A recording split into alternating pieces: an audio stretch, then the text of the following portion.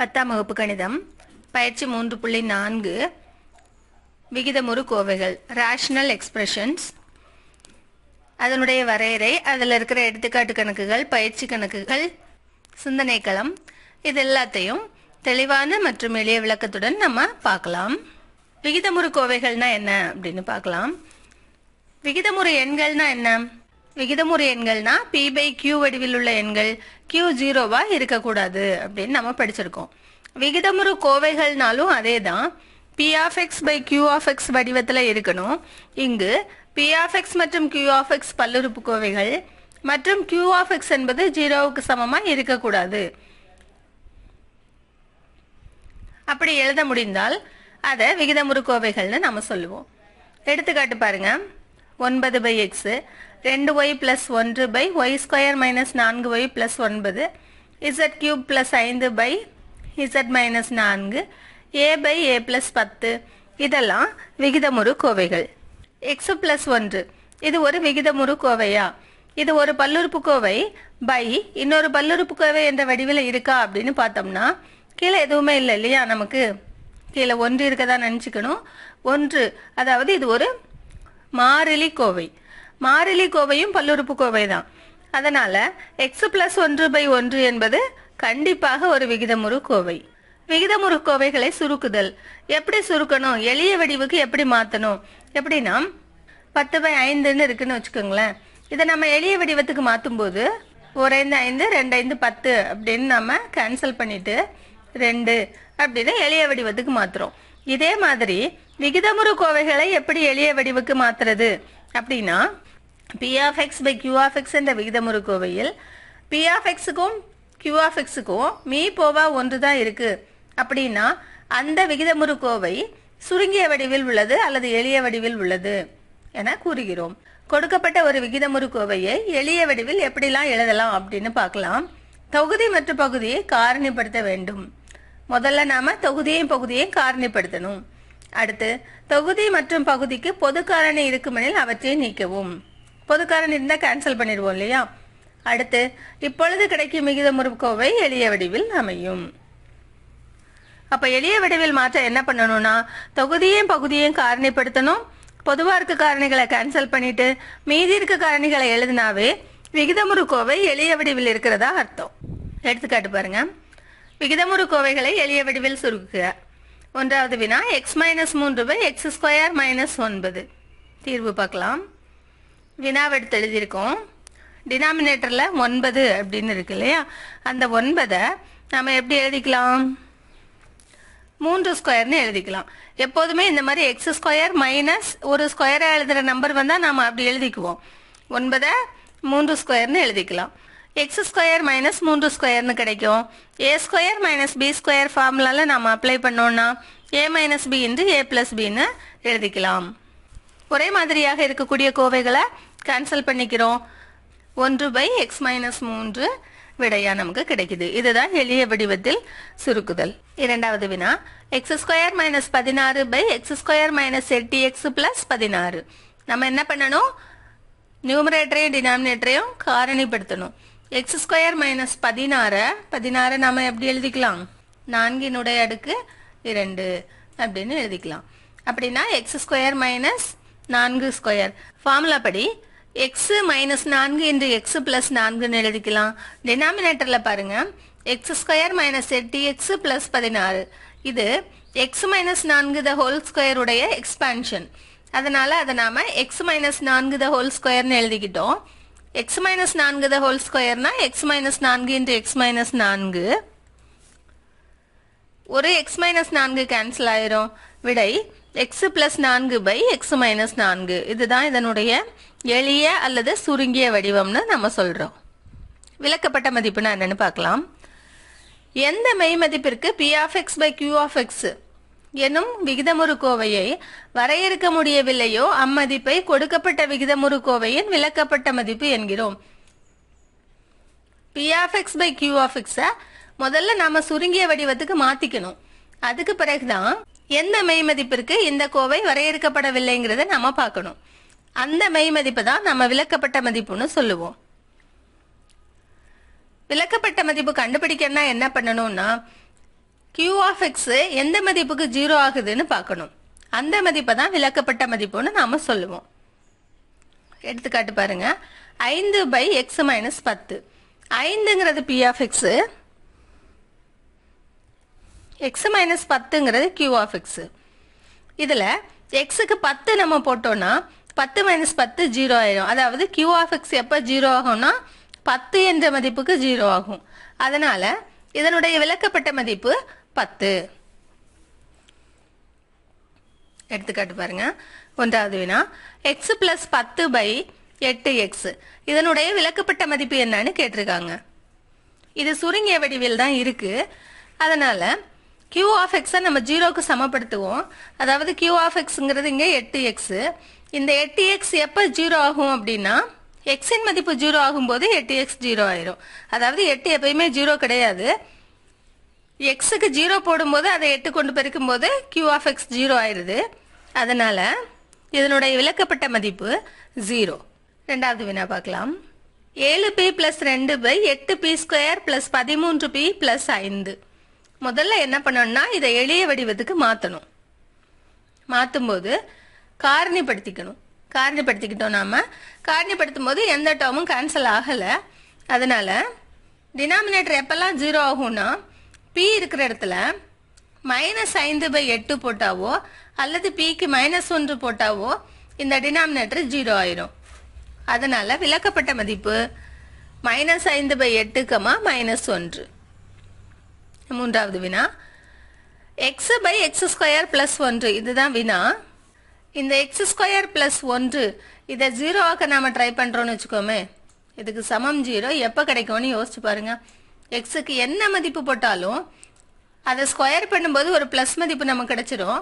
அது கூட 1 கூட்டும் போது கண்டிப்பா 0 கிடைக்க சான்ஸ் இல்லை. நீங்க xக்கு 0வாவே போட்டாலும் இது 0. 0 plus 1 1. 0வே நமக்கு கிடைக்காது. அதனால மூன்றாவது வினாவுக்கு விலக்கப்பட்ட மதிப்புகள் இல்லை. சிந்தனைகளம். x² - 1 மற்றும் tan x சமம் sin x/cos x என்பவை விகிதமுறு கோவைகளா? கேள்வி. x² - 1 விகிதமுறு கோவையா அப்படின்னு நம்ம பார்த்தோம்னா x² - 1 p of x/q of x வடிவத்தில் இருக்கான்னு பார்க்கணும். by q of x நம்மகிட்ட இல்ல, by 1 இருக்கிறதா நாம நினைச்சுக்குவோம். x² - 1 என்பது p of x, டினாமினேட்டர்ல இருக்கிற 1 என்பது q of x. அது 0க்கு சமம் அல்ல. q of x 0க்கு சமமா இருக்கக்கூடாது, அதுதான் கண்டிஷன்.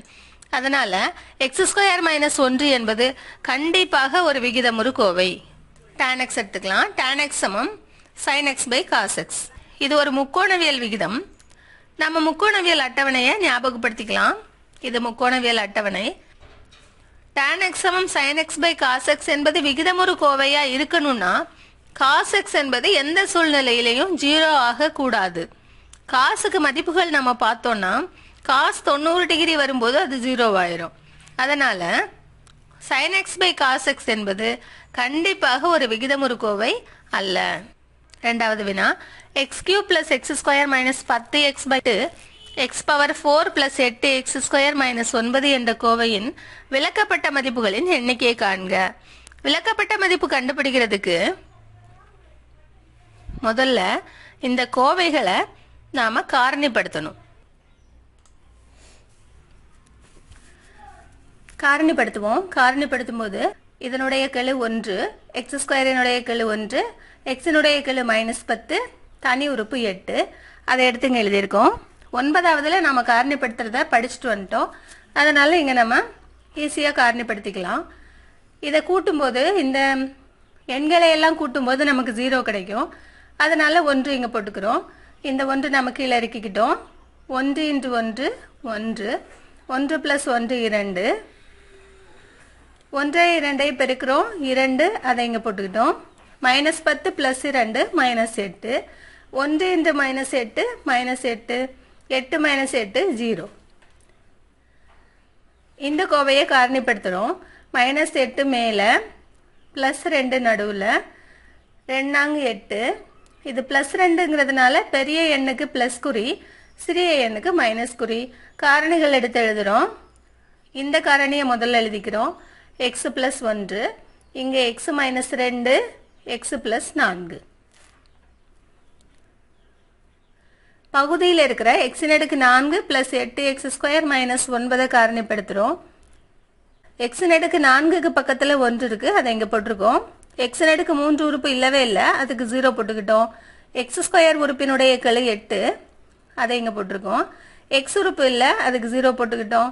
தனி உறுப்பு -9, அதை இங்கே போட்டிருக்கோம். இதை கூட்டும்போது நமக்கு 0 கிடைக்கும், அதனால் இங்கே 1 போட்டுக்கிட்டோம். 1 கீழே இறக்கிக்கிட்டோம்.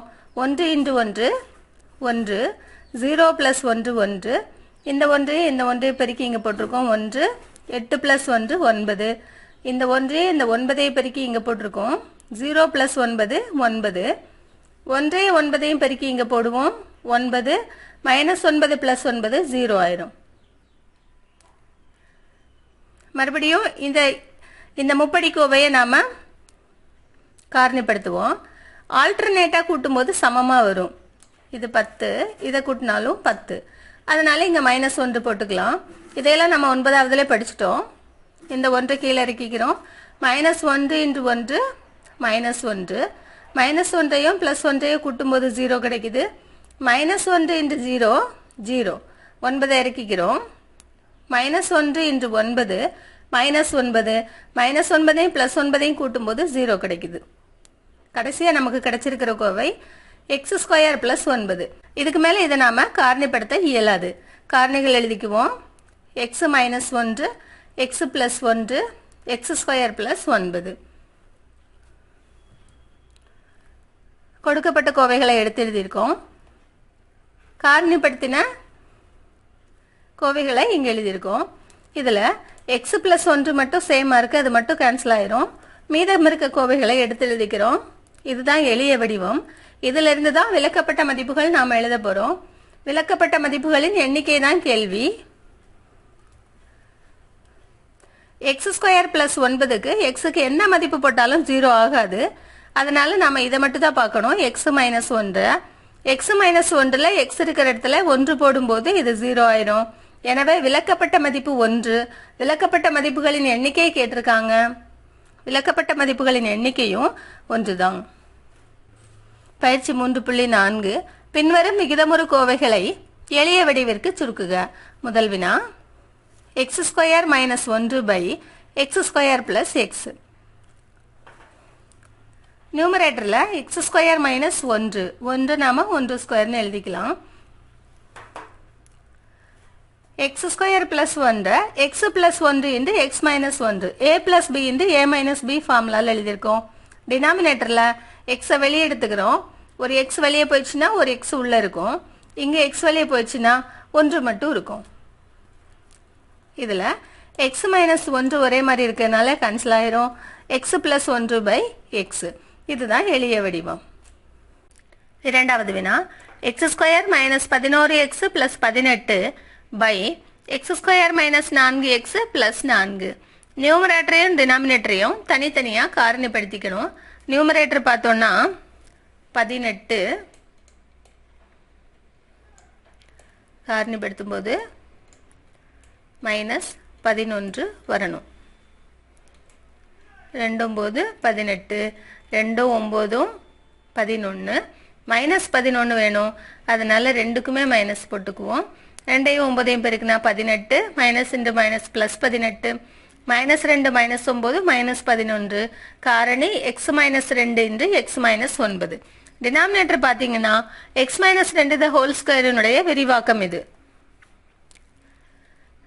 இதில் x - 2ஓட ஒரே ஒரு டேர்ம் மட்டும் கேன்சல் ஆயிரும். x - 9/x - 2 என்பது இதனுடைய சுருங்கிய வடிவம் அல்லது எளிய வடிவம். மூன்றாவது வினா 9x² + 81x x³ + 8x² - 9x. நியூமரேட்டரில் 9x பொதுவாக இருக்குது, அதை நம்ம எடுத்துக்கலாம். இதில் 9ம் x வெளியே போயிடுச்சுன்னா x மட்டும் உள்ளே இருக்கும். 81ங்கிறது 9 × 9, ஒரு 9 வெளியே இருக்குது, ஒரு 9 உள்ளே இருக்குது, x வெளியே போயிடுச்சு. டினாமினேட்டர்லேயும் ஒரு x பொதுவாக இருக்குது, அதை வெளியே எடுத்துக்கிட்டோம். உள்ள x² + 8x - 9 இருக்குது. x² + 8x - 9 காரணிப்படுத்துவோம். -9 8 கிடைக்கணும். 1 இன்ட்டு 9.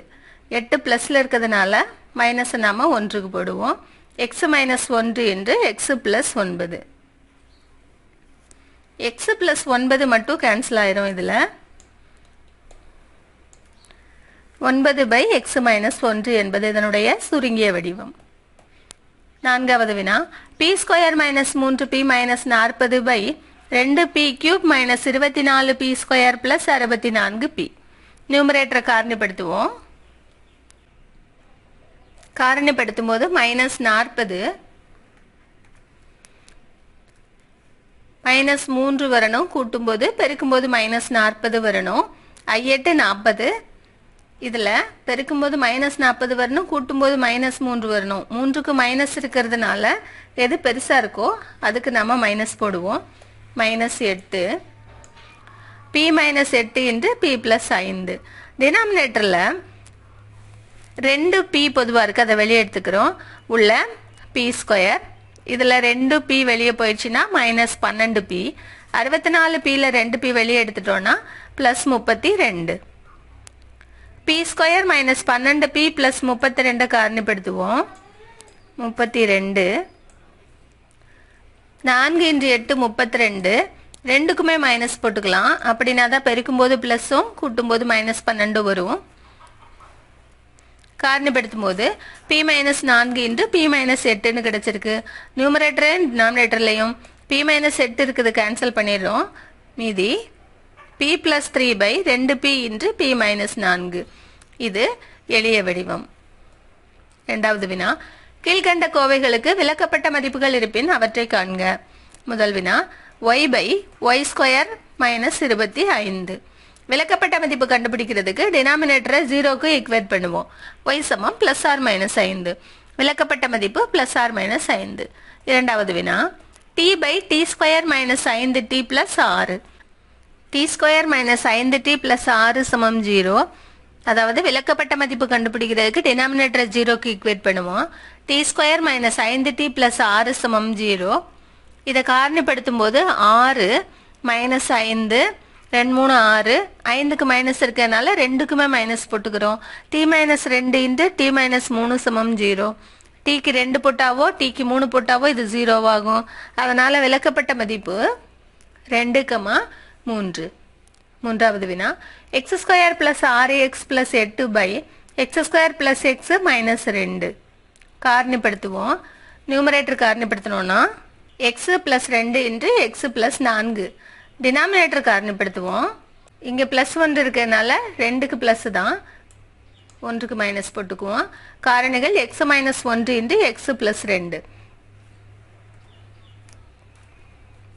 இதில் எக்ஸ் பிளஸ் 2 ஒரே மாதிரி இருக்குது, அதனால் அதை நம்ம கேன்சல் பண்ணிக்குவோம். பண்ணும்போது x plus 4 by x minus 1 கிடைக்குது. விலக்கப்பட்ட மதிப்பு பார்க்கும்போது டினாமினேட்டருக்கு 0 போடுவோம். டினாமினேட்டர் எப்போ 0 ஆகும்னா எக்ஸுக்கு 1 போடும்போது 0 ஆகும். விலக்கப்பட்ட மதிப்பு 1. 4வது வினா X cube minus 27 by X cube plus X square minus 6x. X cube minus 27 நம்ம 3 கியூப்னு எழுதிக்கலாம். a cube minus b cube formula போட்டோம்னா a minus b into a square plus ab plus b square. X minus 3 into X square plus AB. ஏபினா 3 into X plus B square. B ஸ்கொயர்னா 3 square 9 by இங்கே X பொதுவாக இருக்கு, வெளியே எடுத்துக்கிட்டோம். அப்படின்னா X square plus X minus 6ன்னு கிடைக்கும். இதை காரணிப்படுத்துவோம்.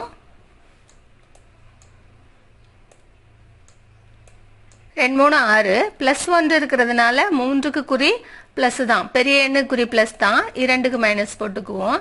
காரணி X minus 2 into X plus 3. எந்த டேர்முமே கேன்சல் ஆகாது. இந்த சுருங்கிய வடிவத்தில் கூட எந்த டேர்முமே கேன்சல் ஆகாது. அதனால் விலக்கப்பட்ட மதிப்பு எழுத போகிறோம். எக்ஸுக்கு 0 போட்டால் டினாமினேட்டர் 0 ஆகும். எக்ஸுக்கு மைனஸ் 3 போட்டாலும் இந்த டேர்ம் 0 ஆயிரும். எக்ஸுக்கு 2 போட்டாலும் 0 ஆகும். விலக்கப்பட்ட மதிப்புகள் 0 2 -3. நன்றி.